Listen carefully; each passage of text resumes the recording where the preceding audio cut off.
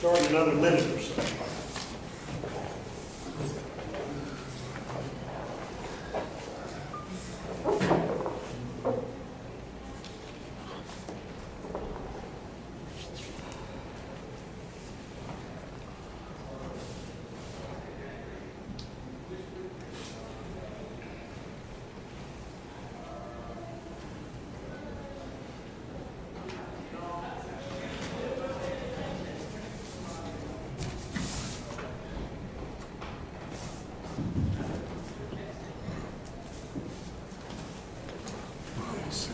I have 1 minute after 2, so we'll get started. My name is Bill Schultz. A number of people in here know me, and some of you don't know me. It's a pleasure to meet fellow philatelists. What we're going to do today is we do something a little different. I don't like to do PowerPoint. I think stamp collectors like to touch stuff and see stuff and feel stuff. We're a tactile group. Looking at a screen is nice, but plus at our age group, it's after lunch, you turn off the lights, you guys are going to go to sleep on it.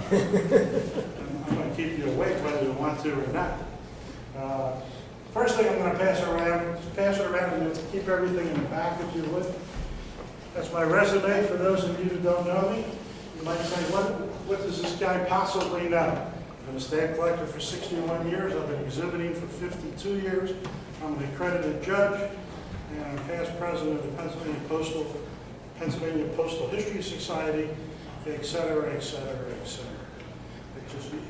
You don't have to memorize that. There'll be no test at the end of the resume. Today we're going to talk about local stamps, but in particular we're going to talk about the Westtown Local. The Westtown Local is a special stamp for me because I live just 4 or 5 miles from Westtown. I live in Westchester, adjoining Westtown. Westtown is 25 miles directly west of Philadelphia. And we're going to talk briefly about local stamps in general, but then we'll get into the nitty-gritty of the Westtown Local. There's a famous local collector by the name of Gordon Stimmel. He happens to be living in Toronto. I assume Gordon, by the name of Gordon Stimmel, it's a good bet he's Canadian. He's probably the finest collector of locals in North America. He writes the following: the golden age of local stamps, the privately printed adhesives used by enterprising individuals or institutions, in this case, to deliver mail within many U.S. cities, ran from about 1842 to 1860. The Westtown Local sort of fits that. The Westtown Local operated from 1853 to roughly the 1870s, and we'll talk more about the dates in a few minutes. And then as time went on, there were more and more locals, but then as the U.S. Postal Service, the Post Office Department became more and more efficient and more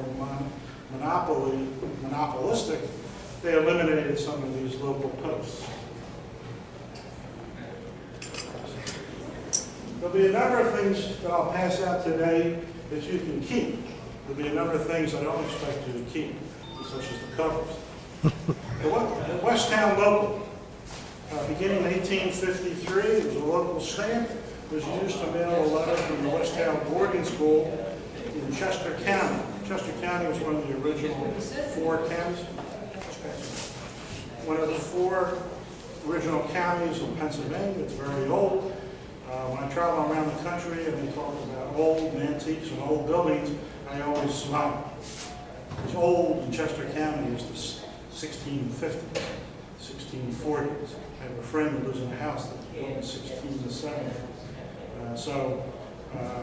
When you travel around the rest of the country, they think old sometimes is 1902, which when you live in Chester County, that's somewhat humorous. Of course, if you live in Europe, 1650s now, so it's all a matter of point of reference. There was a fee charged 2 cents to move the mail from the Westtown School to Westchester. Westchester was 4.3 miles away from the school. Let's talk briefly about the school. The Westtown, the reason I want to do this is I gave this talk a number of times. One of the more recent times was in Sarasota, Florida. And I assume always that nobody went to the Westtown boarding school when I give this talk, except in Sarasota somebody raised their hand and said they were a graduate of the Westtown school. And you all know who she is. It's Patricia Stillwell Walker, the famous exhibitor, the judge, champion of we, and all those other titles that she holds. She made it quite clear she's very proud of having graduated from Westtown School. Apparently it's from K through 12. Kindergarten starts at $28,000 a year. It's a very exclusive school. It's the second oldest secondary school in the country.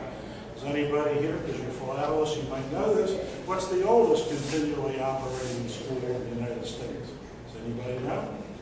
It's Boston Latin in Boston is the oldest continuing school. Westtown is number 2. And it bothers them that they're number 2. They don't like to be number 2 in anything. The Westtown School first opened its doors in May of 1799 with 20 students, mostly boys, but some girls. It is predominantly stayed co-ed. It predominantly stayed co-ed throughout its existence. It's still co-ed. Also, until recently, they had a mandatory boarding limit. They had to board there for sure the last 2 years, grades 11 and 12. You had to live there. Recently, I mean very recently, they've done away with that requirement. And now you can commute to that school all 12 to 13 grades. I use recycled paper, so if you turn over the paper, you may find something interesting. I hope there's no love letters or anything that's offensive, but I like the recycled paper. So you may find some interesting philatelic information on the back. Westtown School is Quaker, remains Quaker. Most of Westchester and Chester County were founded by the Quakers. William Penn was a Quaker. William Penn kept his horses in Westchester and Chester County. It's dead west of Philadelphia. And it's, to a great extent, was also used as summer homes by the ultra-rich in the early 1800s and 1900s.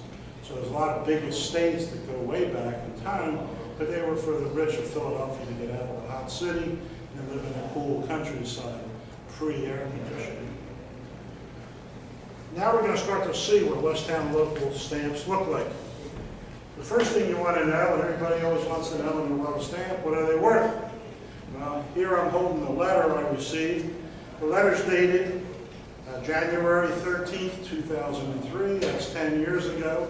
So add some time value of money to this number. It says, Dear Mr. Schultz, that's me. In our December 13-14, 2002 auction, lot number 3540, which you'll see an example of, realized $9,775. These are scarce items. These are pricey items. Some aren't as pricey as others, depends upon the condition, depends upon where the stamp's placed. Most Westtown locals are on the reverse. They're on the back flap. The really good ones are on the front. The really, really good ones are tied with the stamp to the envelope.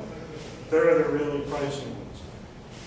The reason I mention on the back flap, every once in a while, and it just happened to me in the last 2 months, dealers have a tendency, when they price stuff, sometimes they don't look at the back. I just bought a Westtown local for $7 from a dealer 2 months ago. Made my day. Made my day. I felt good, real good, all day. Now, he has nothing to be ashamed of. He probably paid 10 cents for the cover, sold it to me for $7. He was happy. But what he didn't know was probably a $700 cover. So my advice to all of you collectors of postal history, turn those babies over. You don't know what's on the back. And there's other locals and other information that's on the back. We tend to look at the fronts and we forget about the backs. Don't do that. Turn them over. So now you get to see the first picture of the Westtown local. They're very small.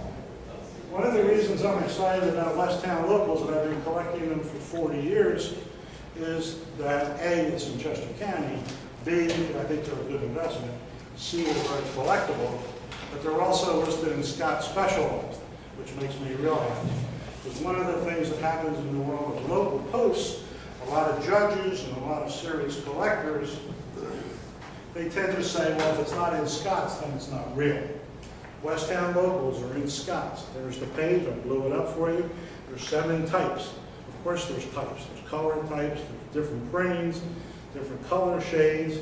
For stamp collectors, we do those things. We like little colored pieces of paper. Westtown Local is a classic little piece of paper. Keep one, save it.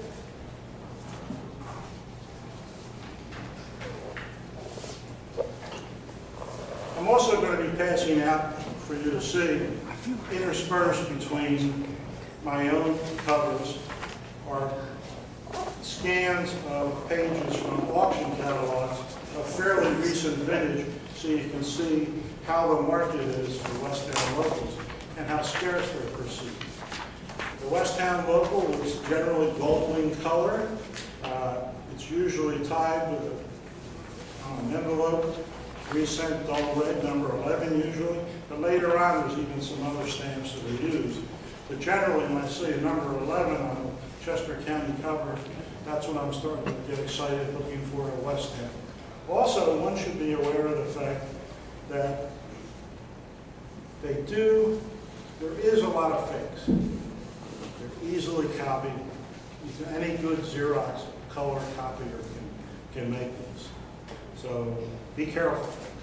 If you see one, you think you got yourself a bargain, and it seems too good to be true, well, it might be too good to be true. There's a lot of fakes and forgeries out there. Because you can take a $5 number 11 cover, throw a Westtown Local on there, and have a $500 cover. Here's an example from Siegel Auctions. This Westtown Local sold for $7,500.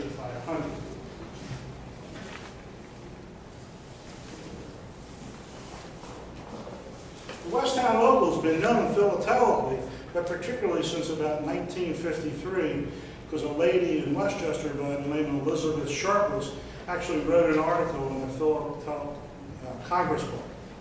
In the Congress Book. So we have it. There's an example of this article in the Congress Book back here in the library. But it's dated 1953. It's a wonderful cover. I have never seen this cover, and as a pair of 12-cent 1857s on it, I'm sure it would sell for $20,000 to $30,000. Was my best guess. I've never seen it live. I've only seen a picture of this article.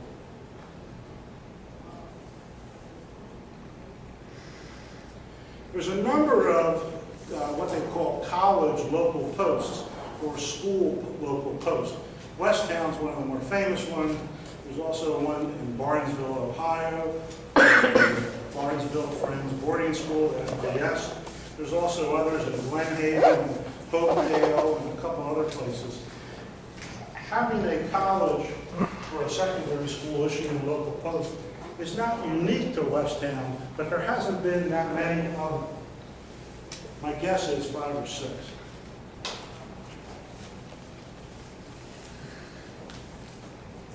I have a handout here that shows 2 examples, scans from my collection. Both are interesting because one has the local post on the front, the second page has the local post on the flap. The difference in price between these 2 covers would probably be at least $1,000 difference, just because the ones on the front, oops, sorry, get to keep that. This one.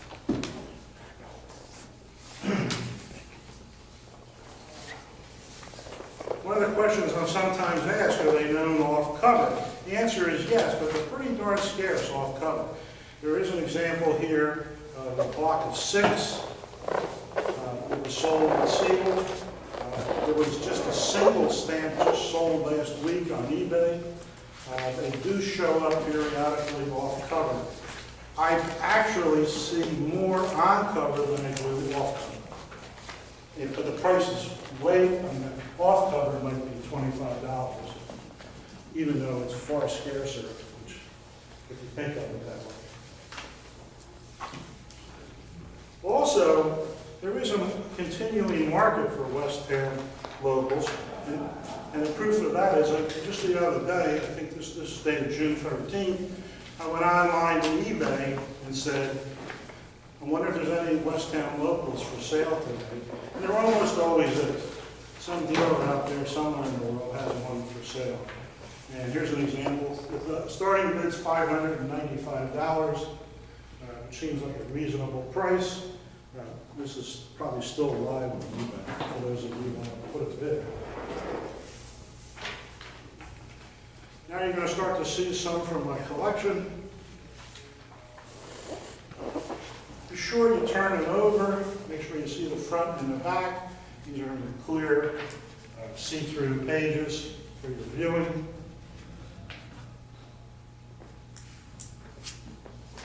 The Westtown logos were printed by a company, P.S. Duval and Sons Lithographers, in Philadelphia in roughly 1852. A famous printing company.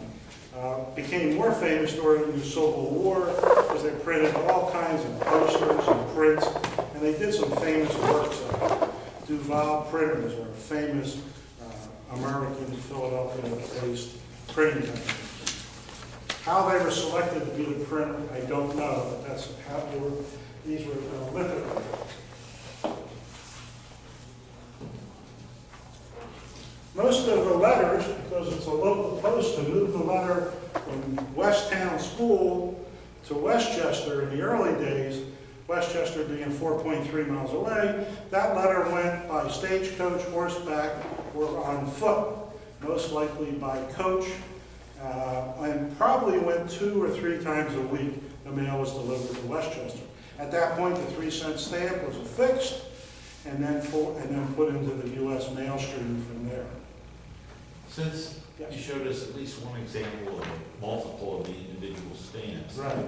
what's to stop someone from taking one of those stamps and Put it in a number. there's no way to document one order? No, except we can prove it today with technology. For example, at the Smithsonian, there's equipment there now. We'll be able to see the glue they used. Is that a modern glue or an old glue? So there's a way to expertise.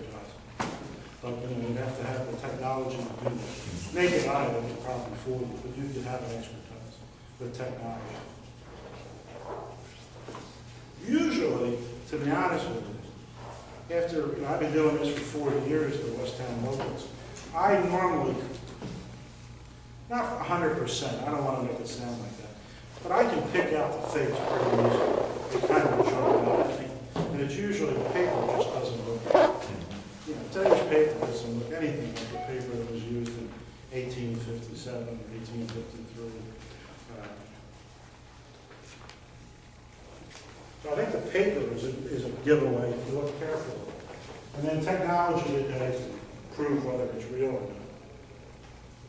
And if I were spending big bucks on one of these, I think I would have it expertise.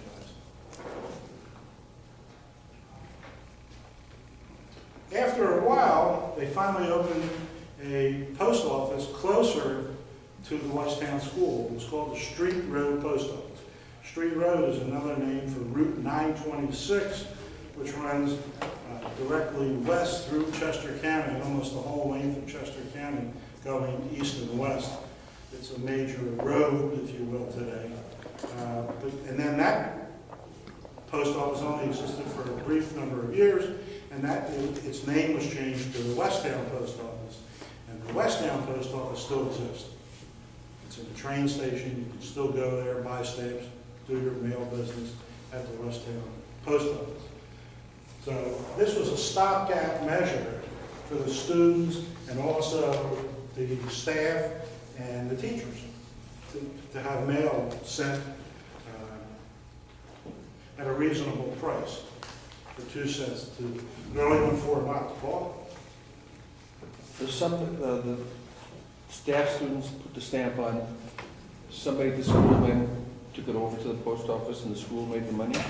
Yeah, the school, what is assumed, and I use the word assumed because I've never been able to find absolute proof on this, but I'm going to make the assumption based on some common sense. The post rider or the stagecoach got a penny and the school kept a penny. But that's a working guess. I can't believe the stagecoach or the post rider would do it for free. Way covers back then were usually a penny, so it makes sense for the local to be a penny to the person who rode the horse, drove the wagon, and then the post office kept the penny to cover their printing costs, etc. I may have missed it. Why, with this one that you're passing around, is there a tenfold difference in the price of the covers? It's the identical Westtown School. One is, this is a different US stamp, Okay. and that's going to drive some Okay. price. The Westtown local itself here is a bolder, brighter copy. This one looks a little Okay. not so fresh. So stamp plus condition. Stamp plus condition plus age of the cover, year of the cover. It's going to play a role. And the condition of the cover, the overall condition of the cover. Yeah, Paul? Just follow up on that. Then, when mail was to the students, was that delivered to the school? By the post office, or did somebody have to pick it up at the post office? Well, keep in mind, until 1890s, no mail was delivered to anybody in the United States. Okay, You had to go to the post office to get it. okay. So somebody went to the Westchester post office in those early years and got a bag of mail, Okay. assuming it was a bag of mail. Or maybe they even paid the guy a little bit when he took the mail out to bring it back. Could be. I'm sure it was probably an employee of the school that went and got the mail. You know, probably once or twice a week went to Westchester to pick it up. No, they didn't have cars and they didn't have trucks. You know, it changes the thought process. You have to put yourself sort of back in time as to what was really going on. And there was no home delivery. So there was no delivery to the school. Most of the mail that I see that have anything to do with the Westtown school, and I have some examples here also without the Westtown logo on it, I see it going from the school. These are students, they're homesick, they're away from home, they're writing letters to mom and dad. I have a couple of examples at the end that I'll pass around of the contents. A lot of these letters had contents. As opposed to the historian, I'm not necessarily all that interested in the contents other than aiding in the identification of the cover. My wife, though, she and I, from on a different level, if you will, we transcribe all these letters and we submit the transcriptions to the Chester County Historical Society for their files. So we're preserving the documentation. This is an interesting Westtown local. If this comes around, take a look at it. Right in the middle, there's a couple of numerals, if you will, up near the top. It's the only one I've ever seen. I contend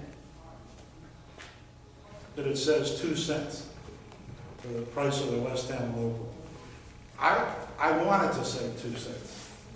If you think it says something else, let me know. But I think it says 2 cents. It's the only one I've ever seen that actually has the notation, I think, that says 2 cents. And it may be a stretch of my imagination, but I contend it's 2 cents. I want it to be 2 cents. It's one of the real problems in postal history. Sometimes you see what you want it to be, not what it really is. This is an interesting one, too. This is the only one I've ever seen where the Westtown logo was put on the envelope of Westtown. The 3-cent stamp was added at Westchester, and the U.S. stamp was put over partially the Westtown local stamp. I think it makes for a very interesting item, tying the two together, if you will, very dramatically. And now I'm starting to pass out the ones on the back. When you flip them over, you'll see the postmark Street Road. This is when the post office finally opened up near the Westtown School. It's about 2 miles from the school. Actually, it's about 1.5 miles from the school. So it was walking distance. People could go mail their letters down at the Street Road post office.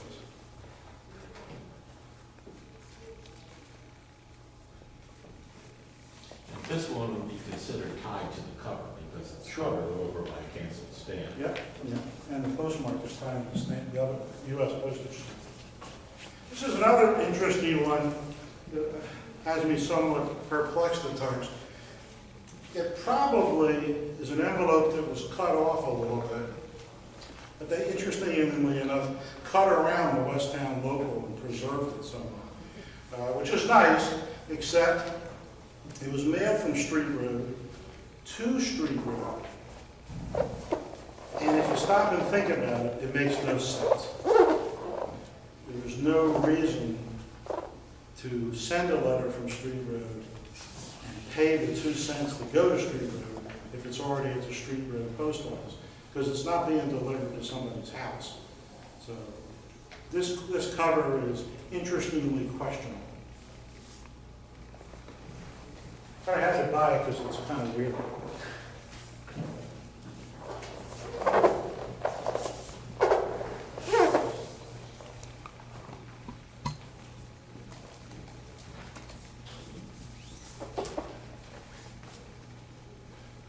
Every once in a while, I find one where they put the Westtown logo underneath the flag. You can see it, it's there, it's sticking out, but it certainly hurts and diminishes the appearance and therefore the value. But it's an interesting, you can see that they generally weren't real careful where they put them. I mean, their idea was to sell the 2 cent stamp, move the mail, get it to Westchester or to Street Road, and that was it.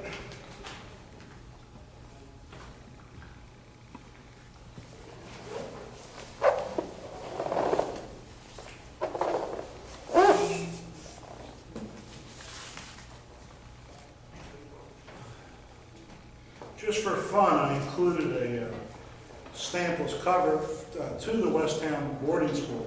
It's addressed Westtown B School, and caught my eye because, based on the date and the name and all that, I was able to verify that it's Westtown boarding school stampless cover mailed to the boarding school. And then I have an example of a single Westtown logo off cover.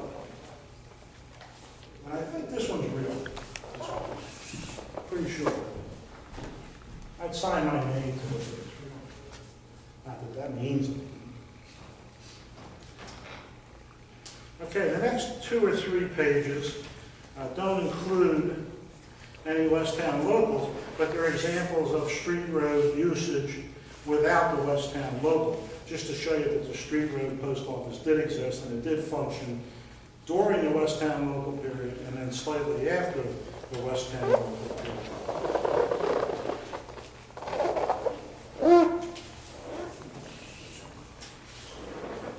About 5 minutes here.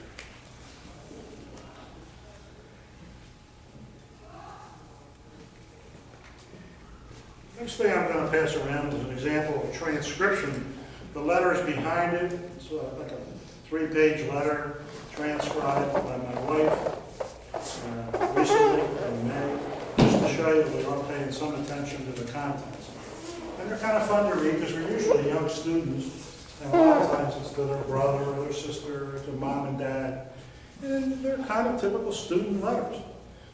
I haven't ever read one that was very surprising. It's like, having a good time, classes are tough, history teacher is a bum, that kind of thing. The next 3 pages, one of the things that I've done in my spare time over the years is I put together what I call the Chester County Post Office. It's a book, it's currently in draft form. In theory, it could be done any day. Just at some point, I just have to say I'm done. We have 253 operating post offices in Chester County, PA. We're down to 53 operating post offices. In the next 10 years, based on my estimates, we'll be down to like 43 as we consolidate and consolidate and consolidate. But the number line of post offices, we peaked in about 1880 with about 253 post offices. But as transportation changed, trains, and speaking of trains, the first letter in the United States ever moved by train went from this great trivia, guys. You don't get this everywhere. The first letter ever moved by train went from Philadelphia to Westchester in 1832. Still looking for that cover. Was that on the experimental, It went from Philly to Malvern, and then a spur from Malvern to Westchester. The spur was 9 miles long. okay, is that the experimental railroad? for the first mail? Because my date has it at 1832 as well, so I'm not sure. Well, it was the first contracted mail, 1832. I think, It was officially contracted mail, to use the proper terminology. Yep. They're right there, contracted mail. Under I contract. think so. Well, anyway, what I've done with the 253 post offices, I've written a 2-page synopsis with examples of the covers of all 253 post offices. And I brought along, of course, today, the Westchester 2 pages, the Street Road 2 pages, where these letters also went, and the Westtown post office, which is still operating in the same train station as it did back then. A lot of the post offices in Chester County were in train stations. A good number of them, because we were near Philadelphia, and there was a lot of train lines that came out of Philadelphia. Many, many train lines out of Philly. I'm going to guess more than a dozen, particularly if you count the ones that went right down into Delaware towards Wilmington. And then you have the ones going to Reading and Lancaster, and going north to Scranton, et cetera, et cetera. So a lot of train lines coming out of Philly in those days. So we have the privilege of having the first mail ever on a train coming Philadelphia to Westchester. Any other questions?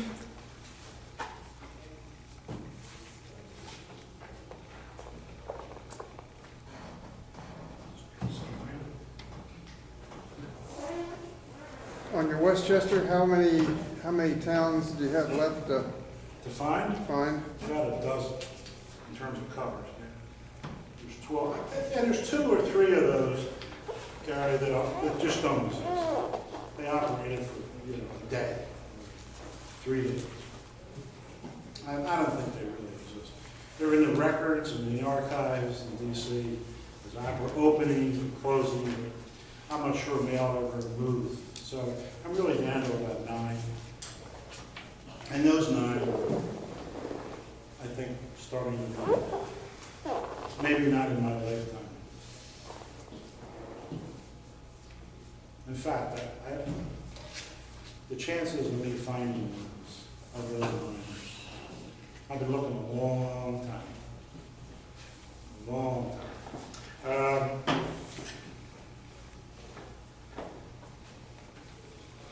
One of the more famous local posts, of course, was the Herman Hurst, one in 1953 or so, and he sort of helped create an interest in local posts in this country with his Shredder local post, the famous one. But long, 100 and some years or more before Herman, there were local posts, and there was local posts all around the country. The Westtown one operated for quite a while. They started using this stamp in 1853, and we have examples all the way up into the early 1870s. So, it existed 17, 18 years for sure. That's a long time for a local post, to be honest with you, compared to a lot of them. So it really was a viable thing. And that's one of the reasons I think Scott listed it. It's not a Cinderella, it's a real local post with a history and has a background and a story. Any other questions? Yes, sir. Just kind of an aside, I imagine as a kind of a prep school, you had well-educated kids. I'm looking at this pre-Civil War. I bet a lot of these kids had Civil War services. They did. They did, and there's quite the school itself has quite an archive. But interestingly enough, they really aren't interested in this local post. I've offered to speak there. I live 5 miles away. I have a story of their school. You think the history department would say, sure, come on over and talk to the 10th graders. And, that was big, we shared knowledge. I find it strange. They're pretty snooty, to be honest with you. Probably all good. I mean, it's a school that sends kids to Yale and Harvard and Princeton. That's what it's designed to do, and that's what it does, and it does it very well. They don't need us. Yeah, they don't need stamp collectors. I mean, good examples, Patricia Stowell Walker, she graduated from Westtown School and into that school. Yeah, okay. Seems to me to be a normal progression. Okay, we've got a little gift here for three of you. And here's the way we're going to play it. These are Powerball tickets for tomorrow night. Three of us in here, well, actually four, because I bought one for myself in the spirit of like I might win. And I never buy these things, and I really felt weird buying them. But I bought three for this class, and I bought three for tomorrow's class as an incentive for you to come here about Rattlesnake Island Local Post tomorrow, which isn't nearly as serious as this subject, but it's still a lot of fun and it's an interesting story. And what we're going to do here is the person with the lowest APS number gets one of these tickets. Who's below 100,000? Oh, I got some winners back here. What's your number, Gary? 92. 92,000. 666. 95. 92, so can anybody go lower than 92? No? Okay. You could be a millionaire. Last time I looked, it was up to 85 million. Yeah. It's probably over 100 million by I now. think you should split it. Thank you. And the deal is, I get a little fee, just a little fee, and I think a sizable check should go to the APS. Okay, that's great. In fact, we can negotiate on the fee, and we can negotiate on the check to the APS. I think 100,000 should be given to the APS. It's over 100 million, so. Oh, easily, What's 100,000? Yeah. easily. We can finish this bill. And it's a tax 1%. deduction. And it's a tax deduction to the Don't forget, you cut it in half, the government, they get their share. Oh, then, Yeah. Yeah. Oh, yeah. All right, the next one is the highest APS number, the largest. Who's over, anybody over 200,000? 95. What is it? 195. Ooh, that's a pretty high number. Can anybody? 196, 228. What is it? 196, 228. All wins, I think. Anybody higher than 196? No. Wow, there you go. Hey, to be 65 and young, it's worth it. Yeah, there you go. Thank you, sir. And the last one, I just happen to like this approach. I've done this at a number of talks. Whose birthday is closest to today? Whose birthday is the closest to today? July 3rd? June 15. June 5th. June 15th is your birthday. 5, just 5. June 15th is the winner. Yeah. Happy birthday, you could be a millionaire. 100 million. Now tomorrow night at 7 o'clock. Powerball. Remember, we've got it on tape, so. And that's right. And Paul, you're in for 100,000. I'm in. And you're in for 100,000 at least to the APS. Maybe we can even match Have it. this We on can do a tape. matching gift. first. Pardon me? We can even give a matching gift with what's Well, left. sure. Shouldn't they share it with all the attendees? Well, that would be- 5,000. Ah, that would be nice. You're right. Look at these guys. I think you're going to do that. We just squandered on stamps, I know that, I know They're going to that. buy covers. They're going to buy stamps and covers. I corner the market on Westtown. I think so, yeah. Well, let me mention that, by the way, since we have a minute or two. This is not the finest collection of Westtown. The finest collection is Gordon Stimmel in Toronto. And it drives me crazy that this Canadian's got the finest collection. He's got a great collection. And when I'm stumped and I don't know the right answer to something on Westtown, I email Gordon, and he's most generous with his time. He's a good fellow, but his collection is, I think, actually, to be honest with you, I think every time I lose a bid, I know it's Gordon Stimmel. I bid, I lose, he wins. He clearly has deeper pockets than I do. Any other questions? You're going to outlive him and get his collection. Pardon me? You have to outlive him and get his collection. Well, yeah, that's the plan. That's what we're all doing in this collection. We're trying to outlive the other guys. That's true. It's kind of a sad comment. Okay, thank you very much for that. Thank you. Thank you, Bill.